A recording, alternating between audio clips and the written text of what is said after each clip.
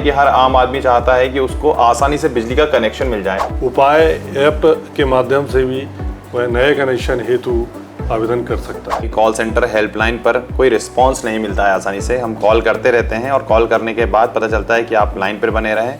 जो आपकी शिकायत है वो रहती है। जो स्मार्ट मीटर है वो रीडिंग काफ़ी ज़्यादा दे रहा है। स्मार्ट मीटर के बारे में लोगों में कुछ भ्रांतियां हैं कि लाइनमैन और ग्राउंड स्टाफ की कमी की वजह से कई बार मरम्मत के कार्य नहीं हो पाते हैं। ये बात सही है। लगातार वो आरोप लगाते हैं कि बिजली का जो बिल है वो काफ़ी ज़्यादा बढ़कर आ रहा है। नाराज़गी झेलनी पड़ती है।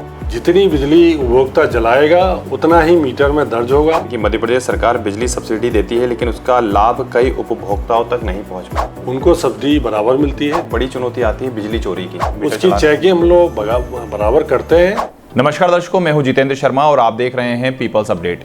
बिजली विभाग हमारे जीवन का अहम हिस्सा है और ये आम जन की रोजमर्रा की जरूरतों से सीधे जुड़ा हुआ है, क्योंकि कहा जाता है कि अगर बिजली नहीं तो लोगों का जीवन ही अंधकार में चला जाता है। ऐसे में आज इन तमाम विषयों पर और सवालों पर, खासतौर पर बिजली से जुड़े हुए सवालों पर बात करने के लिए मेरे साथ मौजूद हैं BBS परिहार जी, विद्युत वितरण कंपनी शहर व्रत में डिप्टी चीफ जनरल मैनेजर के पद पर मौजूद हैं। सर, आपका बहुत बहुत स्वागत है। सर, पहला प्रश्न तो यही है, क्योंकि इलेक्ट्रिसिटी डिपार्टमेंट की बात चल रही है, तो ऐसे में सर मैं ये जानना चाहूँगा कि सबसे पहले कि कनेक्शन जो लिया जाता है उसकी प्रक्रिया क्या होती है, क्योंकि जाहिर सी बात है कि हर आम आदमी चाहता है कि उसको आसानी से बिजली का कनेक्शन मिल जाए, लेकिन कई बार उसे काफ़ी परेशानियाँ होती हैं। धन्यवाद। मैं सबसे पहले आपने परिचय दिया है, मैं अपनी तरफ से देना चाहूँगा कि मैं BBS परिहार मध्य क्षेत्र विद्युत वितरण कंपनी की ओर से शहर व्रत में डिप्टी चीफ जनरल मैनेजर के पद पर पदस्थ हूँ।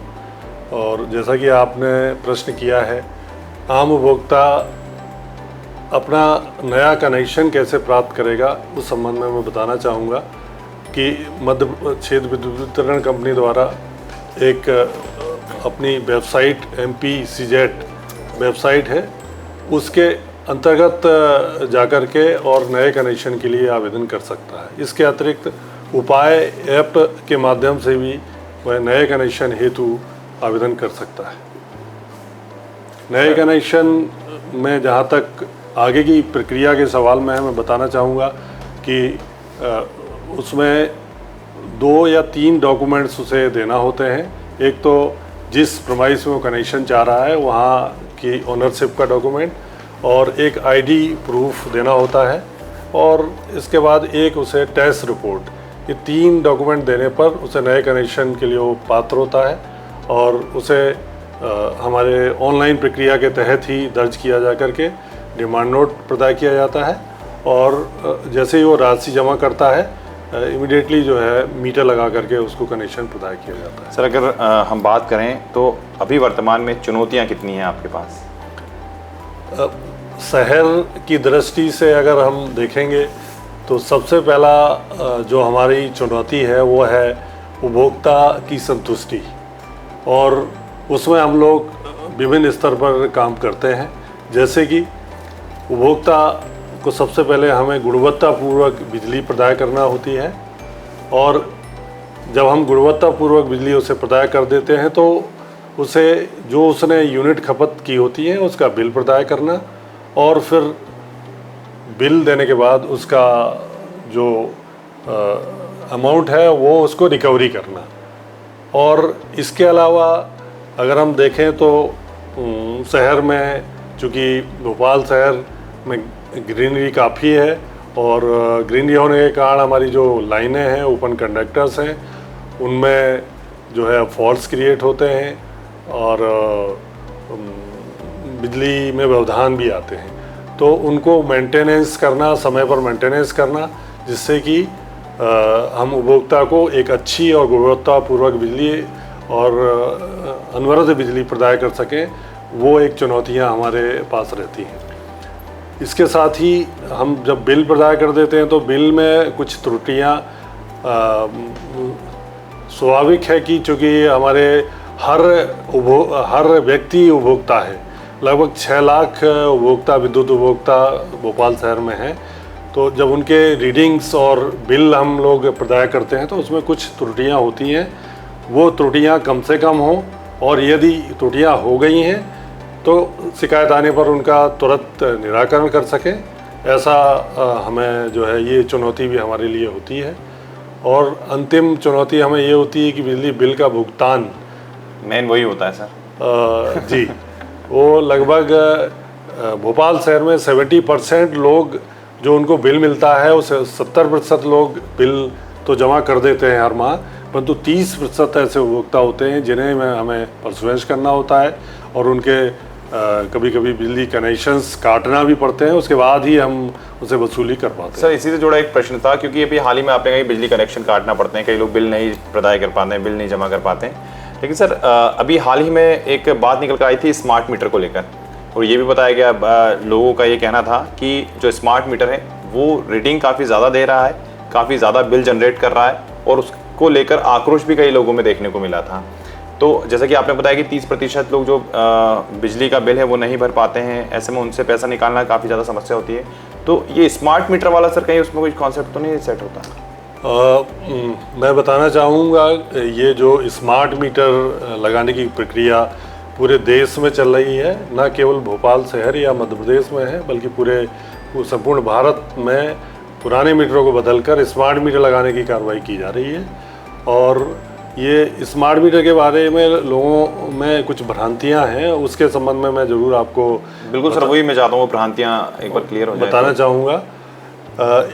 स्मार्ट मीटर एक अपग्रेडेड और उच्च तकनीकी क्षमता वाला मीटर है। पूर्व में जो मीटर लगे थे वो भी इलेक्ट्रॉनिक मीटर थे, और स्मार्ट मीटर भी इलेक्ट्रॉनिक मीटर ही है। इसमें जो एडवांस फीचर जोड़े गए हैं वो यह है कि उसमें एक मॉडेम और सिम का भी समावेश किया गया है, और उसकी उपयोगिता के बारे में भी मैं बताना चाहूँगा कि स्मार्ट मीटर में जो मॉडेम और सिम लगाई गई है वो एक तो कम्युनिकेशन जो है हमारे ऑफिस में बैठकर ही हम उस मीटर की रीडिंग ले सकते हैं, और विद्युत बिलों का भुगतान अगर समय पर ड्यू डेट पर नहीं किया जाता है तो हम रिमोट डिस्कनेक्शन भी उनका कर सकते हैं। और यदि उसके द्वारा उपभोक्ता के द्वारा बिल का भुगतान कर दिया जाता है डिस्कनेक्शन के बाद, तो ऑटोमेटिक जो है वो कनेक्शन रिकनेक्ट भी हो जाएगा। अभी स्मार्ट मीटर के पहले जो मीटर लगे हुए थे उनमें हमें अगर किसी उपभोक्ता द्वारा बिल जमा नहीं किया गया है तो फिजिकली जाकर के पोल में चढ़ कर के हमारे लाइन स्टाफ को कनेक्शन विच्छेदित करना पड़ता था, और इसके बाद उपभोक्ता द्वारा विद्युत बिल का भुगतान यदि कर दिया जाता था तो फिर लाइनमैन को जाकर के चढ़ कर के पुनः उसको जोड़ना होता था, और इसमें लगभग आधे से 1 और 2 घंटे तक का भी समय लगता था। परंतु स्मार्ट मीटर में यदि उपभोक्ता द्वारा बिल जमा कर दिया गया तो विद इन 1 मिनट जो है ऑटोमेटिक उसका कनेक्शन रिकनेक्ट होने की सुविधा भी है। स्मार्ट मीटर के बारे में और मैं बताना चाहूँगा कि यह केंद्रीय विद्युत प्राधिकरण के निर्देश पर उनका एक नोटिफिकेशन है 2019 का, जिसमें उन्होंने इस चीज़ का प्रावधान किया है कि देश भर में जो पुराने मीटर्स लगे हुए हैं उनको बदलकर स्मार्ट मीटर में बदला जाना है। और ये जो स्मार्ट मीटर हैं वो 2 त्रिस्तरीय टेस्टिंग से गुजरने के बाद ही उपभोक्ता के यहाँ लगाए जाते हैं। पहली बार तो मीटर की टेस्टिंग मैन्युफैक्चरर्स हैं उनके यहाँ टेस्टिंग होती है, 100% मीटर्स की टेस्टिंग होने के बाद वो सप्लाई करते हैं, हमारे क्षेत्रीय भंडार में स्मार्ट मीटर आते हैं। इसके पश्चात हमारे यहाँ एक NABL लैब है, नेशनल एक्रीडेटेड लैब है, जिसमें कि 100% मीटर्स को टेस्ट किया जाता है। इसके अतिरिक्त सेंट्रल गवर्नमेंट की CPRI एक लैब है जिसमें कि 5% मीटरों को वहाँ भी टेस्ट करने का काम किया जाता है। उसके पश्चात ही मीटर उपभोक्ता के परिसर में स्थापित, यानी कि अगर सिंपल शब्दों में समझा जाती है कि अगर आपने बिल नहीं भरा है तो लाइन को काटने में ज़्यादा दिक्कत नहीं होगी, लाइनमैन के लिए सुविधा मानी जा सकती है स्मार्ट मीटर से। बिल्कुल सही है, इसमें विद्युत वितरण कंपनी को सुविधा होगी।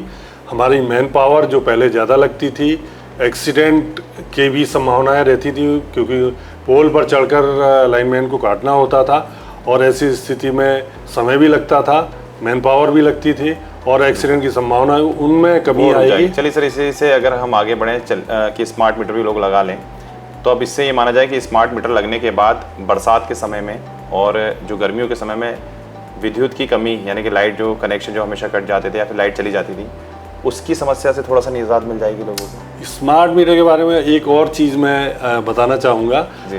कि मध्य प्रदेश विद्युत नियामक आयोग, जिसके द्वारा ही पूरा इसको गवर्न किया है, टैरिफ हो या बिजली के बिल हो, ये सारी चीज़ें नियामक आयोग के माध्यम से ही गवर्न होती हैं। और उन्होंने अभी जो नया टैरिफ लागू किया है उसमें time of the day TOD tariff लागू किया है। दिन में सुबह 9 बजे से लेकर के और शाम के 5 बजे तक विद्युत उपभोक्ता जो भी विद्युत की खपत करेगा उसमें उसके एनर्जी चार्ज में 20% की छूट का प्रावधान किया गया है। और TOD टैरिफ का जो रिबेट है वो हम तभी दे सकते हैं जब स्मार्ट मीटर लग जाएगा, क्योंकि हमारे जो पुराने मीटर थे उनमें हम टाइम ऑफ डे की रीडिंग नहीं कर सकते थे। और स्मार्ट मीटर में ही ये सुविधा है कि आप टाइम ऑफ डे की रीडिंग कर पाएंगे, तभी जो है उपभोक्ता को 20% जो छूट मिलने वाली है उसका लाभ मिल पाएगा। यानी बरसात और गर्मियों में लाइट नहीं जाएगी। बरसात और गर्मियों में जहाँ तक लाइट जाने की बात है उस संबंध में मैं बताना चाहूँगा कि मेंटेनेंस हमारी लाइनों का समय पर और थॉरो मेंटेनेंस हो तो हमारे जो ट्रिपिंग्स आती है लाइनों में बरसात के समय में उसमें कमी आएगी। चूँकि भोपाल शहर एक ग्रीनरी काफ़ी अधिक ग्रीनरी है, पेड़ पौधे बहुत अधिक हैं और लाइनें भी हमारी रोड के किनारे से गुजरती हैं और पेड़ भी रोड के किनारे ही लगे होते हैं। और ऐसी परिस्थिति में बरसात में पेड़ों की टहनियाँ बढ़ती हैं, बेल इत्यादि चढ़ती हैं, उनका मेंटेनेंस हम करते हैं। और मेंटेनेंस करने के लिए यह आवश्यक है कि हमें लाइन बंद करना होती है। लाइन बंद करने के बाद ही हम मेंटेनेंस कर सकते हैं। तो ऐसी परिस्थिति में हमें जो भी समय उपलब्ध होता है उसके अनुसार हम लाइनों का अच्छी तरीके से मेंटेनेंस करने का प्रयास करते हैं और जिससे कि बरसात और अन्य समय में भी हम अनइंटरप्टेड सप्लाई जो है उपभोक्ता को प्रदान कर पाएं। सर, एक जनरल समस्या जो अक्सर देखने को मिलती है, सरकार 24 घंटे बिजली देने का वादा करती है, लेकिन अगर हम ग्रामीण क्षेत्रों की बात करें या फिर शहर के कुछ ऐसे इलाकों की बात करें जो स्लम्स एरिया होते हैं, वहाँ आज भी काफ़ी लंबे लंबे कट लग जाते हैं, लोगों को आसानी से बिजली नहीं मिल पाती है। इन समस्याओं का समाधान करने के लिए क्या कोई प्रयास किया जा रहा है या ये जो समस्या शुरुआत से चली आ रही थी ये इसी तरह से चलती रहेगी? सप्लाई, जहाँ तक आप शहर की मैं बात करूँ तो शहर में अभी हर माह का हम लोग एक एवरेज सप्लाई आवर निकालते हैं, तो लगभग 23 घंटे 57 मिनट का एवरेज सप्लाई हम उपभोक्ता को देते हैं। गर्मियों में भी, बरसात में भी, ग्रामीण क्षेत्रों में भी। ग्रामीण क्षेत्रों में सप्लाई जरूर, चूँकि वो ओपन टू फार्म्स में से लाइन जाती हैं, पेड़ पौधे होते हैं और लंबी लंबी लाइनें होती हैं, तो वहाँ थोड़ा सप्लाई आवर का जो एवरेज समय होता है, घरेलू उपभोक्ताओं को वहाँ भी हम लोग 23 घंटे 30 मिनट तक की सप्लाई प्रदान करते हैं। और एग्रीकल्चर जो फीडर्स होते हैं उसमें हमें 10 घंटे विद्युत प्रदान करना है, जिसमें कि हम लगभग 9 घंटे 40 मिनट का ऑन एन एवरेज सप्लाई प्रदान करते हैं। सर, एक समस्या और आती है कि जैसे कि मैंने आपको बताया, गर्मियों के समय में अक्सर लाइट चली जाती है। कारण ये बताया जाता है कि मेंटेनेंस का कार्य चल रहा है, तो ये कार्य हमेशा गर्मियों में ही क्यों किया जाता है, जब वाकई में उस समय उपभोक्ताओं को बिजली की सबसे ज़्यादा आवश्यकता होती है गर्मियों के समय में? इसे हम सर्दियों में या फिर दूसरे सीजन में भी कर सकते हैं, जब ज़्यादा खपत ना हो, जब ज़्यादा ज़रूरत ना हो उपभोक्ता को। मैं इस संबंध में बताना चाहूँगा कि पूर्व में जब हमारा विद्युत वितरण कंपनी के पहले विद्युत मंडल होता था, उस समय 2 बार में, एक वर्ष में 2 बार में सभी फीडरों का मेंटेनेंस करने का शेड्यूल रहता था। एक हम प्री मानसून मेंटेनेंस करते थे। प्री मानसून मेंटेनेंस मतलब अप्रैल से मई और जून के फर्स्ट वीक तक मेंटेनेंस का कार्य करते थे। और दूसरा मेंटेनेंस की जो हमारा शेड्यूल होता था वो आफ्टर मानसून करते थे, जिसे कि प्री दीपावली मेंटेनेंस भी कहते थे। इन दो शेड्यूल्स में भी मेंटेनेंस करते थे, परंतु अभी जब से विद्युत वितरण कंपनियां बनी हैं हम लोगों ने डिसाइड किया है कि ये दो शेड्यूल्स के बजाय राउंड द ईयर जो है हम छोटे छोटे शटडाउन्स लेकर के मेंटेनेंस करें, और जिसके तहत हम अब लगातार पूरे साल मेंटेनेंस का काम करते हैं और प्रयास करते हैं कि विद्युत उपभोक्ताओं को अच्छी से अच्छी बिजली प्रदान कर सकें। लेकिन सर आज भी बड़े बिल आने पर उपभोक्ताओं की जो समस्या है वो जस की तस बनी रहती है। लगातार वो ये आरोप लगाते हैं कि बिजली का जो बिल है वो काफ़ी ज़्यादा बढ़कर आ रहा है, नाराज़गी झेलनी पड़ती है। मैं यहाँ ये बताना चाहूँगा कि उपभोक्ता जो विद्युत की खपत करता है उसके लिए जो है मीटर लगाए गए हैं। जितनी बिजली उपभोक्ता जलाएगा उतना ही मीटर में दर्ज होगा और उतनी ही यूनिट्स का उसको बिल प्रदान किया जाता है।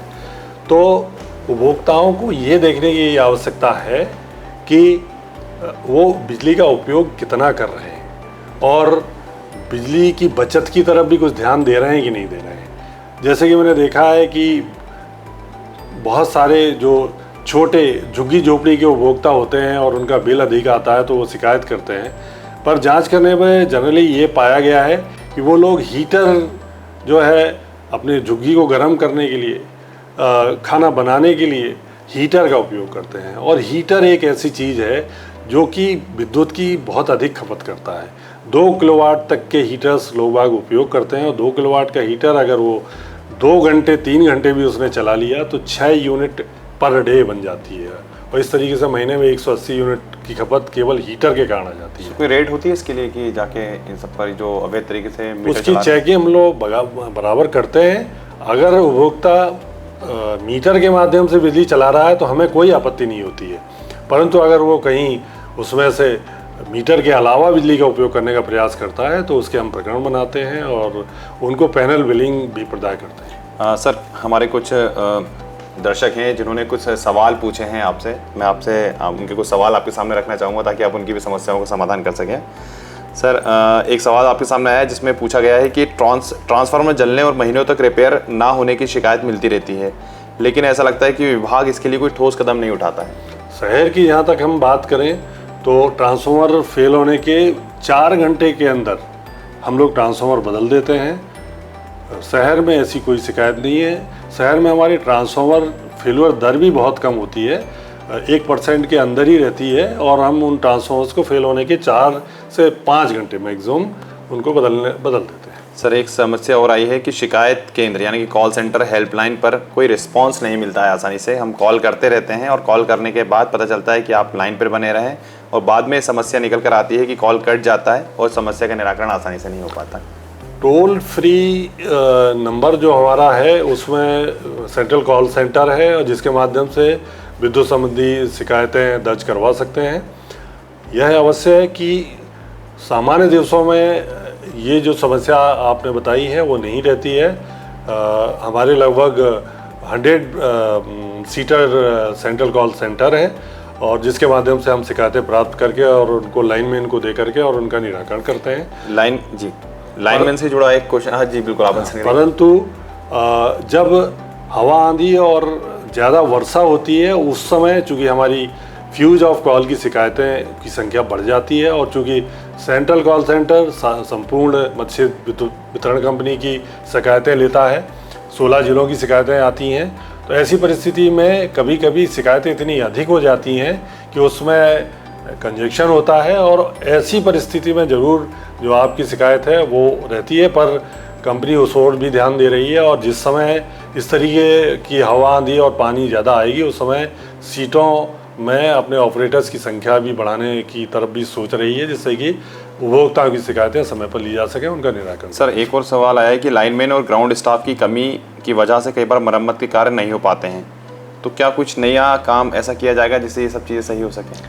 ये बात सही है कि पिछले 15 से 20 सालों में हमारी विद्युत लाइनें, ट्रांसफार्मर्स, इंफ्रास्ट्रक्चर में काफ़ी बढ़ोतरी हुई है। लगभग 2 गुना से 2.5 गुना इंफ्रास्ट्रक्चर हो गया है, परंतु लाइनमैन जो हमारे स्थायी नियमित लाइनमैन होते थे वो बराबर रिटायर होने के कारण नियमित लाइनमैनों की भर्ती नहीं हुई है विगत कुछ वर्षों में। उसके कारण उनके स्थान पर हम आउटसोर्स एजेंसी के माध्यम से लाइन स्टाफ लेकर के और ये सारी कार्य जो होते हैं वो करते हैं।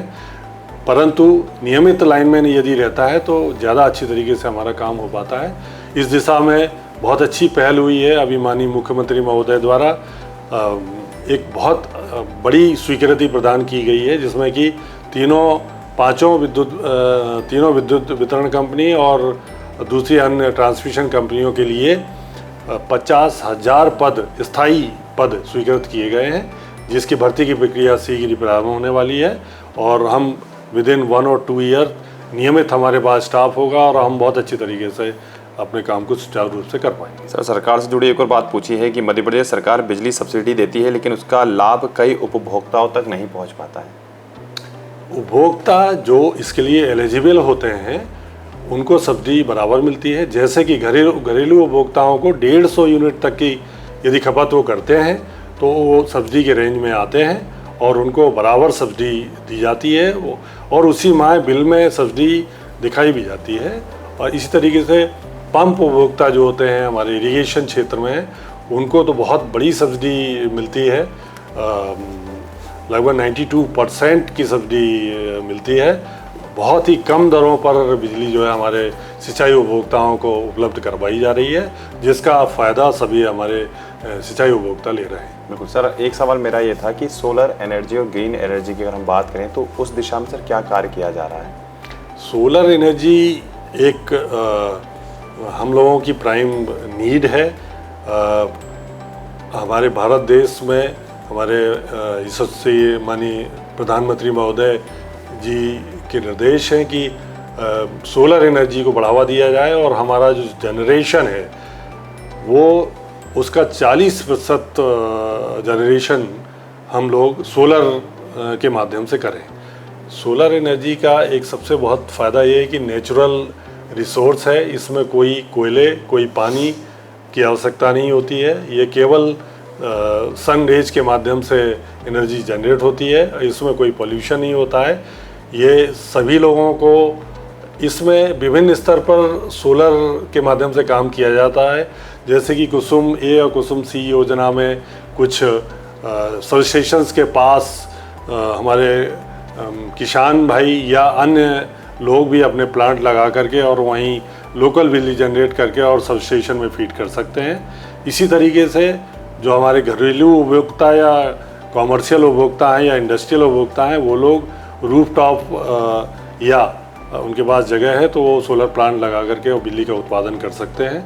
इसमें विद्युत वितरण कंपनी और ऊर्जा विभाग द्वारा नेट मीटरिंग के माध्यम से जो भी बिजली जनरेट होती है वो स्वयं उपभोक्ता उसकी खपत कर सकता है और जो एक्सेस एनर्जी जनरेट करता है वो एमपीबी के लाइनों के माध्यम से फीड कर सकता है और उसका क्रेडिट भी उसको समय पर दिया। सर, बिजली विभाग ये कार्य भी कर सकता है क्या? ऊपर तक ये बात पहुंचा सकता है कि जितने भी शासकीय बंगले हैं, चाहे वो मिनिस्टर्स के हों, चाहे वो विधायकों के हों, अधिकारियों के हों, कि वो सोलर जो एनर्जी है उसका बिल्कुल इस दिशा में निर्देश हैं, ऊर्जा विभाग के निर्देश हैं कि जितने भी गवर्नमेंट डिपार्टमेंट के ऑफिसेस हैं वो सोलर रूफटॉप लगाएं, स्वयं की बिजली जनरेट करें, जिससे कि एमपीबी पर जो लोड रहता है वो भी कम हो, प्लस ग्रीन एनर्जी जनरेट की जा सके। इस दिशा में बहुत तेज़ी से काम चल रहा है।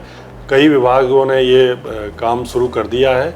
अभी विगत उसमें मुझे मालूम पड़ा था कि शिक्षा विभाग के जो स्कूल्स हैं, पूरे प्रदेश में लाखों की संख्या में स्कूल हैं, उनमें रूफटॉप सोलर प्लांट लगाने का प्रावधान किया गया है और जल्दी उस पर कार्रवाई शुरू होगी। सर, आपके डिपार्टमेंट के सामने एक बड़ी चुनौती आती है बिजली चोरी की, कि बिजली चोरी, हालांकि आपने बताया कि स्मार्ट मीटर भी हमारे जो हैं वो उसी की तर्ज पे बनाए गए हैं, हम बिजली चोरी को रोक सकें।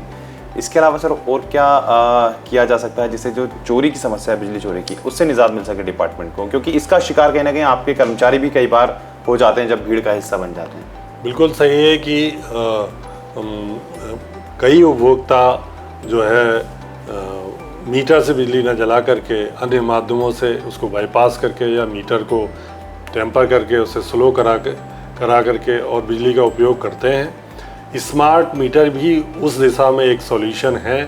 स्मार्ट मीटर के माध्यम से, चूँकि ये मॉडेम और सिम के माध्यम से हम इसकी स्टडी बराबर अपने ऑफिसेस में करते हैं और यदि कोई उपभोक्ता टेम्परिंग करता है या बिजली चोरी करता है तो हम ऑफिस में स्टडी के माध्यम से ही हमें ये बहुत सारी चीज़ें मालूम पड़ती हैं, जिसके माध्यम से बिजली चोरी का हमें पता लगता है और हम फिर अपने ऑफिसर्स को भेज करके वहाँ चेकिंग करवा करके प्रकरण बना करके और उस बिजली चोरी के रोकने का काम करते हैं। सर, इनसे कुछ अलग हटके मैं प्रश्न करूँगा, आपसे पूछना चाहूँगा, अगर BVS परिहार जी आज इस पद पे नहीं होते तो आज क्या होते हैं? क्या सोचा था आपने सपना कि मुझे क्या बनना है, कहाँ जाना है?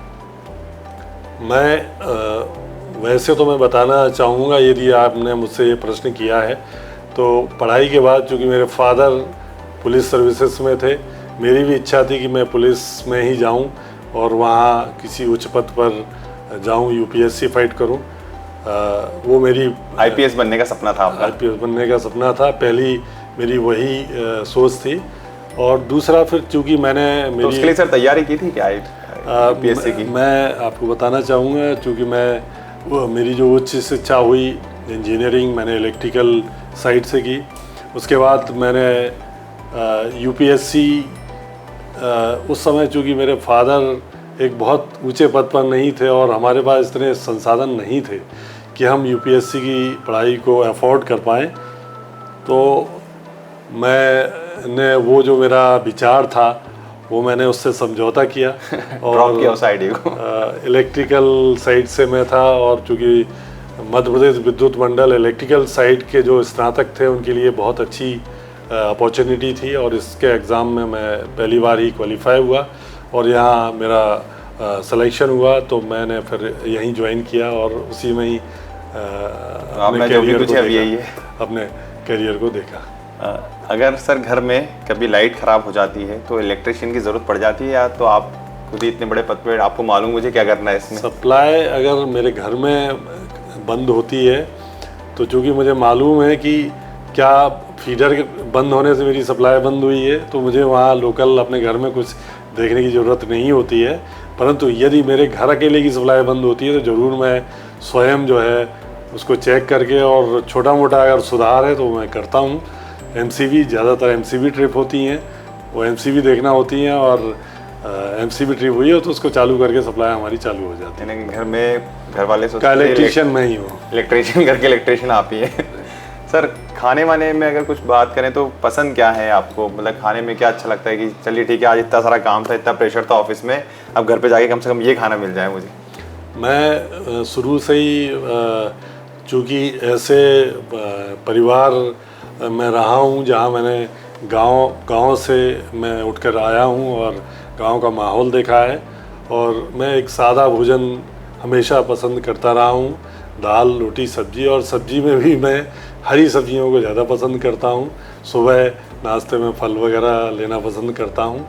मेरा कोई ऐसा बहुत अच्छा खाना या पनीर की सब्जी हो ऐसा कभी मैं पसंद नहीं किया है। मैं हमेशा एक सादे भोजन को ही पसंद करता रहा हूँ और उसी कारण मैं। भाभी जी अच्छा सा बना लेती है खाना आपके लिए? बिल्कुल, मुझे घर में बहुत अच्छा, मेरे पत्नी और मेरे 2 बच्चों की बहुएं भी आ गई हैं, वो भी अच्छा खाना बनाती हैं। यानी कि अब भाभी के साथ बहुओं का खाना भी मिल जाता है उनके हाथ से? बिल्कुल, मैं उसको एंजॉय करता हूँ। सर, जब विवाह हुआ था आपका तब मालूम था भाभी जी को कि आप इलेक्ट्रिसिटी डिपार्टमेंट में हैं, या ड्यूटी आपकी उस समय जॉब लग गई थी या नहीं लग पाई? मैं बिल्कुल बताना चाहूँगा कि मेरी शादी, मैं जब इंजीनियरिंग के 4th ईयर मैंने पास आउट किया था तभी मेरी शादी जो है हो गई थी। उस समय बिल्कुल डिसाइडेड नहीं था कि मैं सर्विस में जाऊंगा भी कि नहीं, मिलेगी भी कि नहीं। परंतु मेरी शादी जो है 4th ईयर, यानी कि साथ दिया आपका, हर कदम पर साथ दिया? बिल्कुल साथ दिया है, और उनका भाग्य और हमारा भाग्य सबने मिलकर काम किया है कि आज मैं इस पद पर जनरल मैनेजर के पद पर हूँ। और भोपाल शहर जैसे, भोपाल जो है राजधानी हमारे मध्य प्रदेश की, उसकी इलेक्ट्रिसिटी की कमान में संभाल रहा हूँ। तो सर, जैसे फिर आपने बताया कि इतना सारी चीज़ें चलती हैं, परिवार में समय दे देते हैं आप?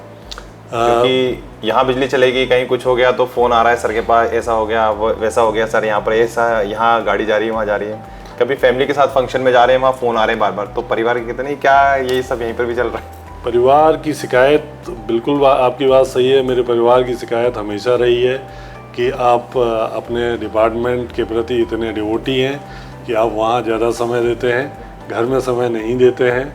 परंतु कभी कभी छुट्टी के दिनों में अगर कोई ऐसा ओकेजन आता है तो मैं बराबर परिवार के साथ फंक्शंस को अटेंड करता हूँ, पर उतना समय, अपेक्षित समय नहीं दे पाता हूँ, क्योंकि मेरी प्राइम ड्यूटी यही है कि मैं अपने डिपार्टमेंट में, अपने डिपार्टमेंट के उत्तरोत्तर प्रगति के लिए जो काम कर सकूँ, काम आ सकूँ, मैं उस पर ध्यान देना चाहता हूँ। बिल्कुल सर, एक अंतिम प्रश्न नहीं, मैं आपसे कहूँगा कि आप ही हमारे दर्शकों से, अपने उपभोक्ताओं से आप क्या एक मैसेज देना चाहेंगे?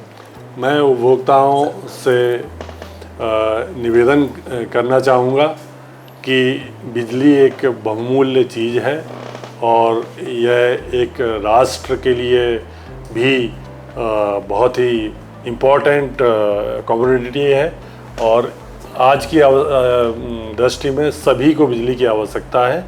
तो बिजली का उपयोग बहुत सुचिता से करें और ध्यान रखें कि अगर घर में जिस कमरे में आप नहीं है, कोई नहीं है, वहाँ की बिजली बंद करें, पंखे बंद करें और आवश्यकता अनुसार ही बिजली का उपयोग करें, उसका अपव्यय न करें और इन चीज़ों से बचने का प्रयास करें, बल्कि कि बिजली को कहीं से अन्य माध्यमों से उपयोग करें, मीटरों को टेम्पर करें और या बाईपास करके बिजली का उपयोग करें, ऐसा ना करें। आप अपने बिजली की खपत को नियंत्रित करें, जिससे आपका बिल भी कम होगा और आप इन झंझटों से भी बचे रहेंगे, क्योंकि अगर बिजली चोरी पाई जाती है तो पर ऐसे केस में इलेक्ट्रिसिटी एक्ट 2003 के तहत एक पंचनामा बनता है और केस बनता है और उसमें 2 गुनी दर पर बिलिंग होती है जो आपको असहनीय होती है, तो उससे बचें। इसी तरीके से जो लोग अपने जितने लोड का उपयोग कर रहे हैं, जितने अप्लाइंसेस लगा रखे हैं, उनको किसी न किसी एक ठेकेदार के माध्यम से या स्वयं भी उपभोक्ता कर सकते हैं, उनकी गणना करें और जितना लोड का उपयोग कर रहे हैं उतना विद्युत वितरण कंपनी में जाकर के स्वीकृत करवा लें। डोमेस्टिक कनेक्शन में कोई बहुत ज़्यादा चार्जेस नहीं लगते हैं। आप लोग जो है उसको नियमितीकरण का जरूर करवाएं, अन्यथा पुनः वो चेकिंग में ज़्यादा लोड पाए जाने पर प्रकरण बनता है और उसमें 2 गुनी दर पे आपको पेनल्टी लगती है। तो इन चीज़ों से बचें। हम लोग नए कनेक्शन देने में भी बहुत कम समय में कनेक्शन दे रहे हैं। 3 दिन हमारा एवरेज टाइम है। आपने जिस दिन आवेदन किया उसके 3 दिवस के अंदर हम कनेक्शन प्रदान करते हैं। तो लोग जो है कनेक्शन लेकर ही विद्युत का उपयोग करें। और दूसरा, बरसात के समय में लाइनों से और ट्रांसफार्मर से थोड़ा दूरी बना करके रखें, क्योंकि जब पानी नमी होती है और वो पानी जो है बहुत संचालक होता है बिजली का, ऐसे स्थिति में जो है लीकेज करंट कभी कभी खंभों में या अन्य लाइनों में आने का अंदेशा रहता है। तो आप लोग उससे दूरी बना के रखें और विद्युत दुर्घटनाओं से बचे रहें। बहुत बहुत धन्यवाद सर, आपने अपने इतने कठिन समय में से समय निकाल कर दिया। तो चूँकि विद्युत की अगर हम बात करें तो कहीं ना कहीं सबका जुड़ाव रहता है और जिस प्रकार से आज परिहार सर यहाँ पर आए, उन्होंने लोगों की, यानी खासतौर पर हम कहें तो बिजली के जो उपभोक्ता होते हैं उनकी जो जिज्ञासा थी उनको शांत किया, उनके सवालों का जवाब दिया। साथ ही बिजली विभाग किस तरह से नए कार्य कर रहा है, क्या आयाम कर रहा है और आगे क्या क्या करने वाला है, इन तमाम विषयों के बारे में उन्होंने काफ़ी विस्तार से बताया।